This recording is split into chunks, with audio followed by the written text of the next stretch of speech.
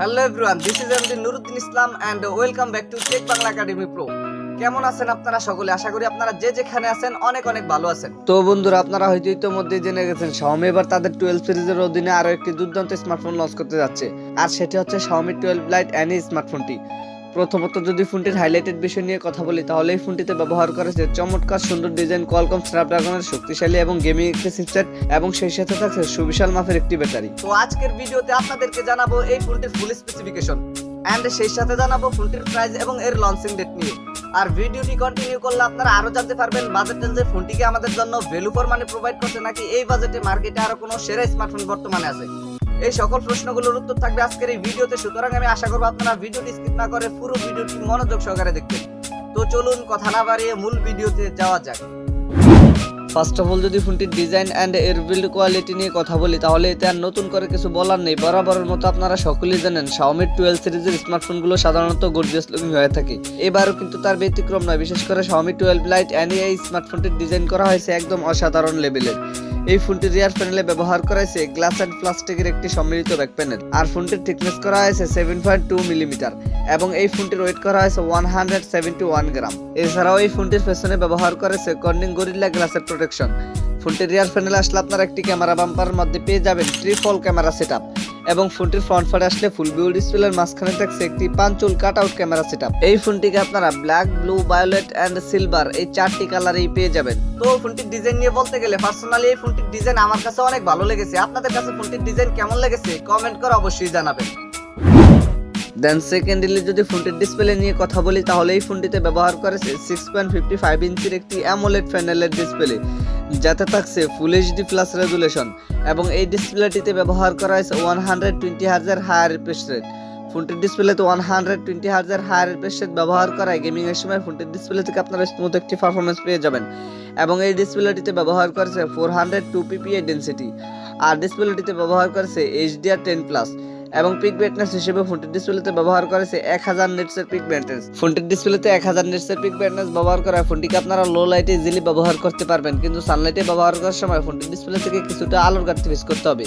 তবে এইরকম বাজেট সেগমেন্টে ফোনটিতে অন্তত পক্ষে 1400 নিটসের মতো পিক ব্রাইটনেস ব্যবহার করা অতীব জরুরি ছিল। আর প্রোটেকশন হিসেবে এই ডিসপ্লেটিতে ব্যবহার করেছে কর্নিং গরিল্লা গ্লাস 5। ফোনটির ডিসপ্লে নিয়ে আমার আর কোনো কথা বলার নেই। আপনাদের যদি ফোনটির ডিসপ্লে নিয়ে কোনো কথা বলার অথবা জানার থাকে, তাহলে কমেন্ট বক্সে লিখতে পারেন।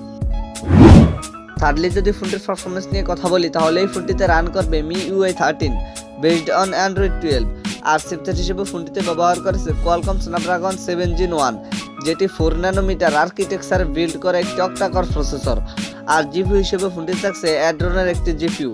তো বরাবরের মতো আপনারা সকলেই জানেন এই প্রসেসরটি কিন্তু যথেষ্ট পাওয়ারফুল এবং গেমিং একটি চিপসেট। আমরা আশা করতে পারি এই চিপসেটটি দিয়ে আপনারা ফোনটি থেকে মোটামুটি একটি ভালো মানের পারফরম্যান্স পেয়ে যাবেন। এই ফোনটিকে আপনারা 8128, 8256 এন্ড 12256 এই তিনটি ভেরিয়েন্টই পেয়ে যাবেন। আর স্টোরেজ টাইপ হিসেবে ফোনটিতে ব্যবহার করে UFS 2.2। তবে এইরকম বাজেট সেগমেন্টে ফোনটিতে অন্তত পক্ষে UFS 3.1 স্টোরেজ ক্যাটাগরি ব্যবহার করা দরকার ছিল। ফোনটিতে কেবল আপনারা দুইটি সিম কার্ড ব্যবহার করতে পারবেন, কিন্তু আলাদা কোনো ম্যাক্রোএসডি কার্ড স্লট ব্যবহার করতে পারবেন না। এবারে যদি ফোনটির ক্যামেরা সেকশন নিয়ে কথা বলি, তাহলে এই ফোনটির রিয়ার প্যানেলে ব্যবহার করেছে 3টি ক্যামেরা, যার মেইন সেন্সরটি 50 মেগাপিক্সেলের। সেকেন্ডারিতে থাকছে 20 মেগাপিক্সেলের একটি আল্ট্রাওয়াইড, এবং থাকছে আরও একটি 2 মেগাপিক্সেলের ম্যাক্রো ক্যামেরা। ফোনটির রিয়ার ক্যামেরা দিয়ে আপনারা সর্বোচ্চ ভিডিও শুট করতে পারবেন 4K রেজুলেশনে, এবং সেলফি ক্যামেরা হিসেবে ফোনটিতে থাকছে দুইটি ক্যামেরা, একটি হচ্ছে 32 মেগাপিক্সেলের ওয়াইড, আর একটি হচ্ছে 32 মেগাপিক্সেলের আল্ট্রাওয়াইড ক্যামেরা। ফোনটির সেলফি ক্যামেরা দিয়ে আপনারা সর্বোচ্চ ভিডিও শুট করতে পারবেন 1080p 30fps রেজুলেশনে। ফোনটির সেলফি ক্যামেরার সবচেয়ে আকর্ষণীয় বিষয় যেটি রয়েছে, সেটি হচ্ছে ফোনটির সেলফি ক্যামেরাতে আপনারা দুইটি ক্যামেরা পেয়ে যাচ্ছেন। তবে ফোনটির সেলফি ক্যামেরা তো যদি 4K রেজুলেশনে ভিডিও শুট করার অপশনটি দেওয়া হতো, তাহলে কিন্তু বিষয়টি অনেক জোস হতো।